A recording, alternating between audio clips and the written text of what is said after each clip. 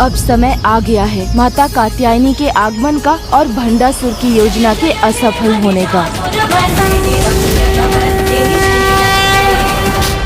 भक्ति के देवता गणेश जी को एक बार फिर उलझा दिया मैंने। कोई समाधान नहीं ढूंढ सके, इसलिए युद्ध भूमि का त्याग ही कर दिया उन्होंने। अर्थात अब मेरी विजय निश्चित है।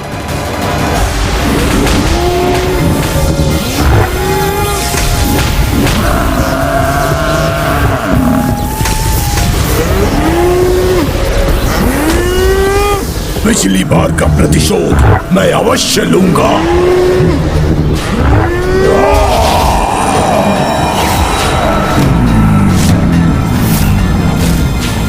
महिषासुर सबका ही पहले भी था और आज भी है। तो सुन, ये यश किसी से भी नहीं डरता।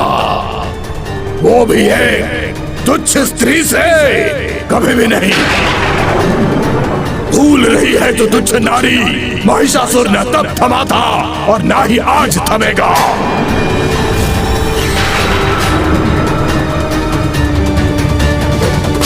लज्जा का आभास होता भी है असुरों को। माता ने इस महिषासुर का इतना भयंकर अंत किया था और ये फिर आ गया पुनः अपने अंत के लिए माता को चुनौती देने। भूत और वर्तमान में बस इतना भेद रहेगा कि आज महिषासुर की विजय होगी और इस तुच्छ नारी की पराजय।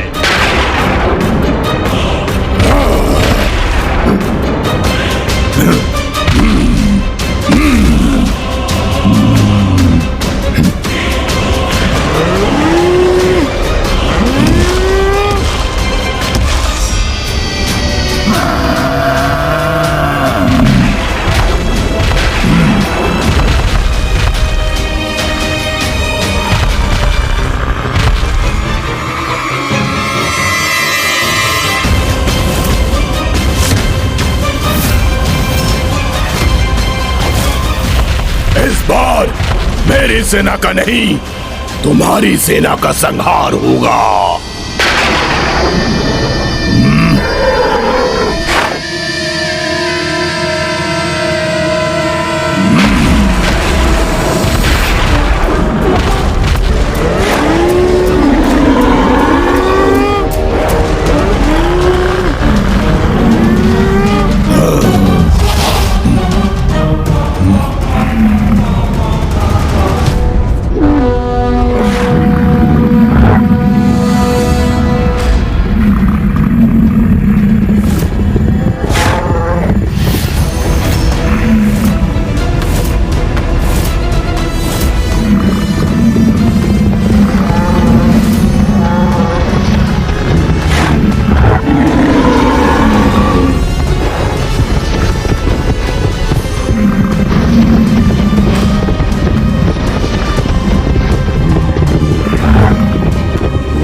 आज जब मेरी सेना इस देवी सेना को पराजय का स्वाद चखाएगी, पराजित करेगी, तब आनंद वर्षा में भीगूंगा मैं।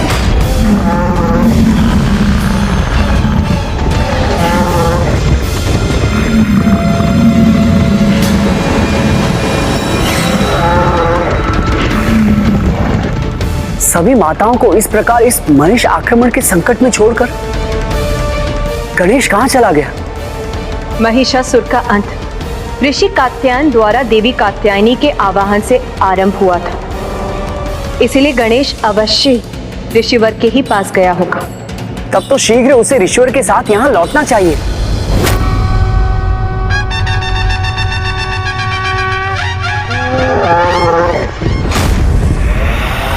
मुझे ज्ञात था गणेश इस आक्रमण को कदापि नहीं रोक पाएंगे। इस युद्ध के अंत और मेरे विजय के साथ ही मैं पुनः अनंत काल के लिए असुर सम्राट के रूप में इस असुर सिंहासन पर स्थित होऊंगा। जीर्ण शीर्ण अवस्था में है तो क्या हुआ, है तो मेरा ही असुर महानायक भंडासुर का सिंहासन।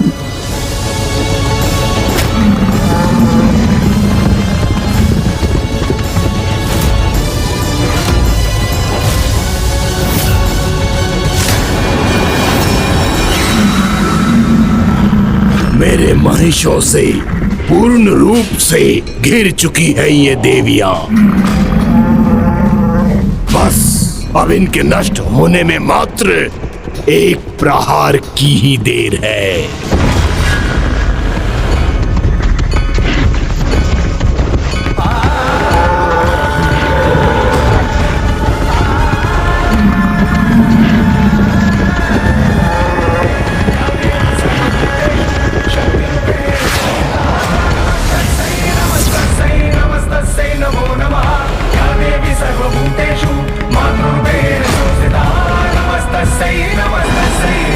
ये देवी तनिक भी चिंतित क्यों नहीं है?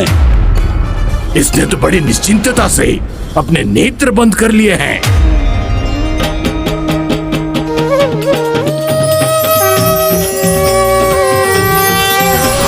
शक्ति रूप महिषासुर मर्दिनी हेमा कात्यायनी, नारी का आदर्श प्रतीक तू ही जगत की जननी है माँ, तू ही दानव घातिनी है माँ, तू ही दानव घातिनी माँ। माता कात्यायनी का आगमन हो गया।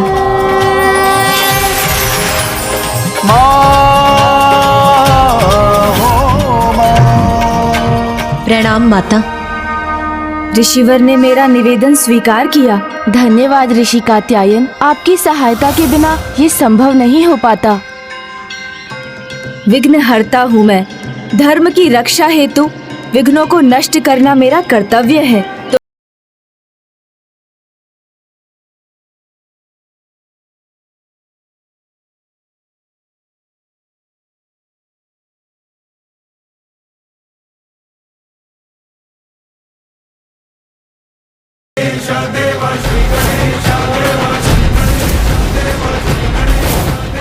पिछली बार तो एक महिष था,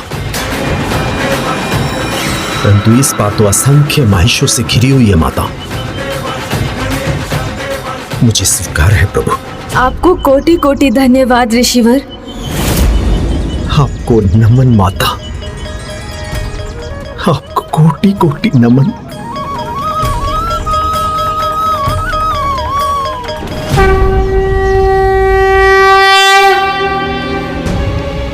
अब समय आ गया है देवी कात्यायनी को अस्त्रों शस्त्रों से सुशोभित करने का।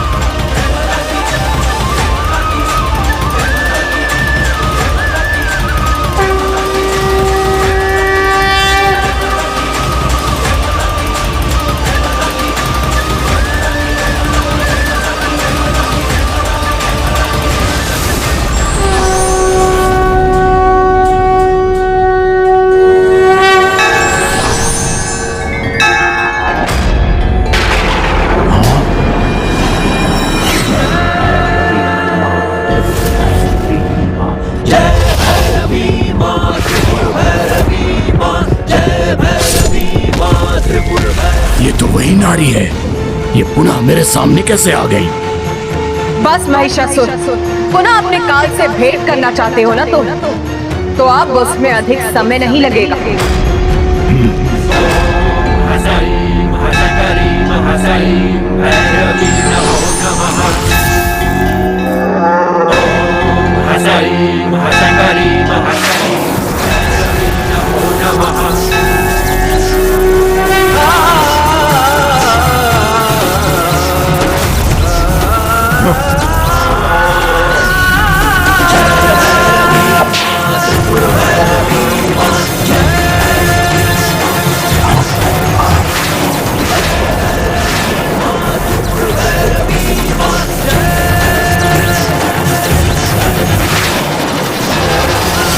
ये एक बार पुनः मेरी सेना का संहार करे, उससे पहले ही मुझे इसका अंत करना होगा।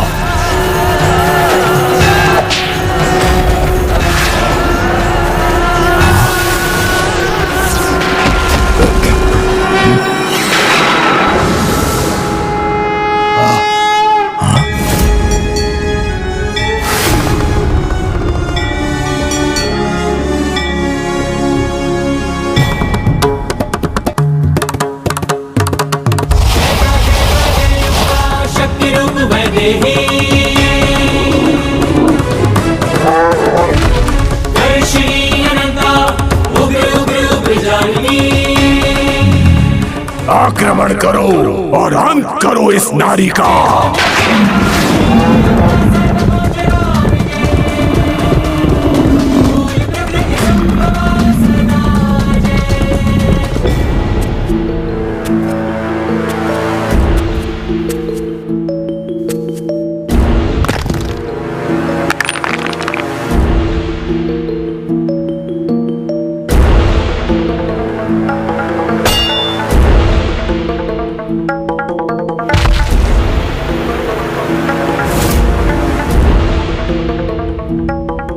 आज एक बार फिर अपने सिंहासन पर स्थापित होकर अपार सुख का अनुभव कर रहा हूं मैं। सुख हो रहा है ना तुम्हें? इस टूटे हुए सिंहासन पर आसीन होकर सर्वथा अकेले रह गए ना तुम। भला उसका क्या लाभ?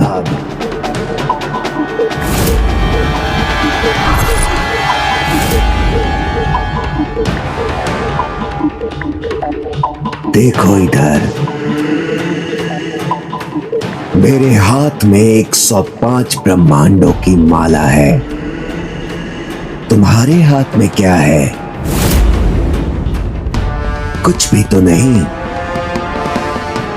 जो विजय पाप, धर्म और ग्लानि के भाव जगाए, उस निरर्थक विजय में पराजय का आभास नहीं होगा तुम्हें। तुम्हारी महिमा, महानता, समृद्धि, साम्राज्य सब मिट चुका है और कोई शेष नहीं रहा तुम्हारे पास। नहीं, ये मिथ्या कथन है तुम्हारा, क्योंकि मेरे हाथों में ये महानतम आसुरी अस्त्र है। मैं अकेला नहीं हूं, हम भंडासुर के साथ है। 6 श्रेष्ठतम विकार। सामर्थ्यवान के लिए कुछ भी असंभव नहीं। ये सिंहासन, ये राजसभा, ये भवन, इस साम्राज्य के नवनिर्माण तो मेरे बाएं हाथ का काम है। भंडासुर, विजय उत्सव की तैयारी करो, क्योंकि आज युद्ध भूमि में महिषासुर तुम्हें अवश्य विजय दिलाएगा। कोई चिंता नहीं है मुझे, उत्सव अवश्य होगा। सुबह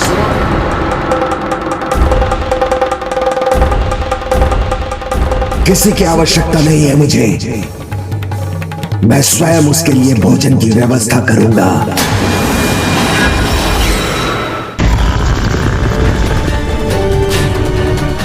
आज एक नहीं, असंख्य महिष है तुम्हारे सामने, इसलिए अब हमसे सुरक्षित नहीं रह सकोगी तुम। कौन सुरक्षित है और कौन असुरक्षित, ये तुम्हें अभी ज्ञात हो जाएगा दुष्पापी।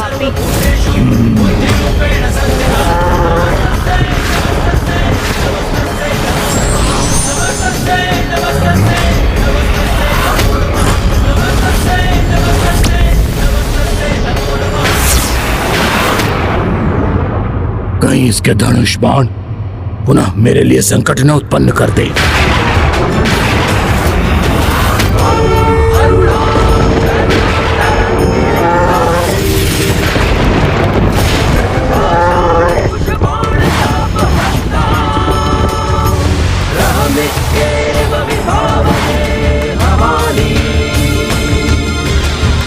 असंख्य महिषों का अंत करने के लिए मात्र 2 बाण?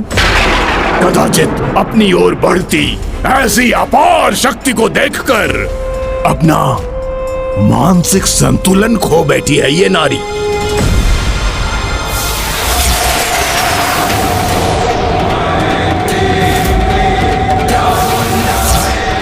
ये क्या? इसका एक बाण अनेकों बाणों में परिवर्तित हो गया और ये सभी मेरी महिष सेना की दिशा में जा रही है।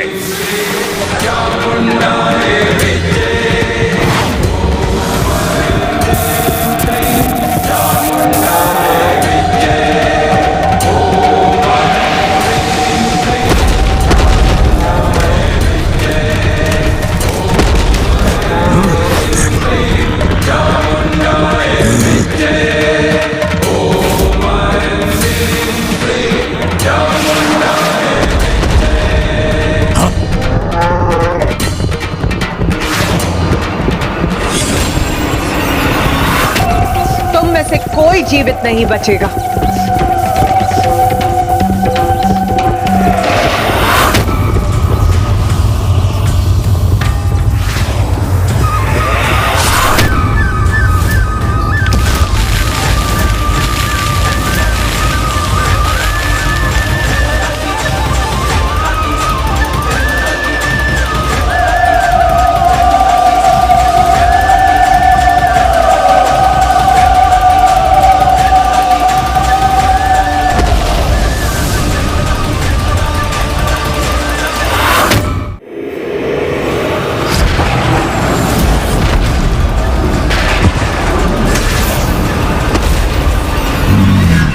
नहीं, मैं अपने विनाश के इतिहास को कदापि नहीं दोहराने दूंगा।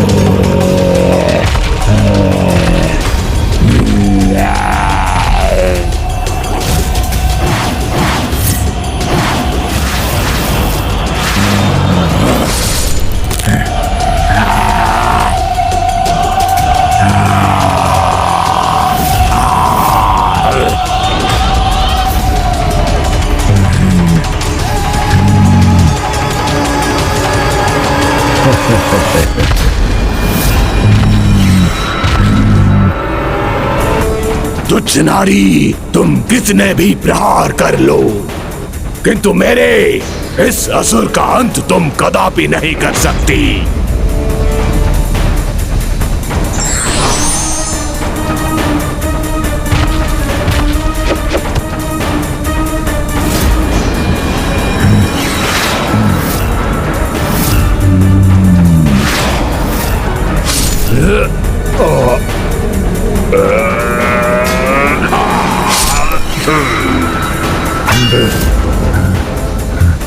तुम्हारे किसी भी अस्त्र शस्त्र का कोई भी प्रभाव नहीं होगा मुझ पर।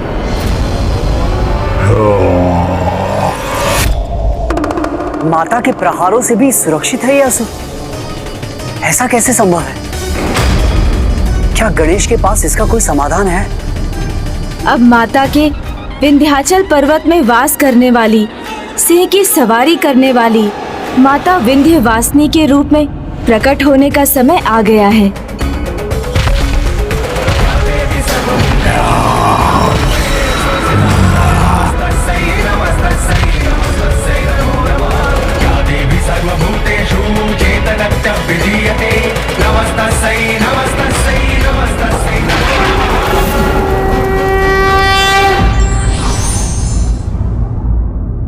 बुद्धि का बल ही सच्चा बल है।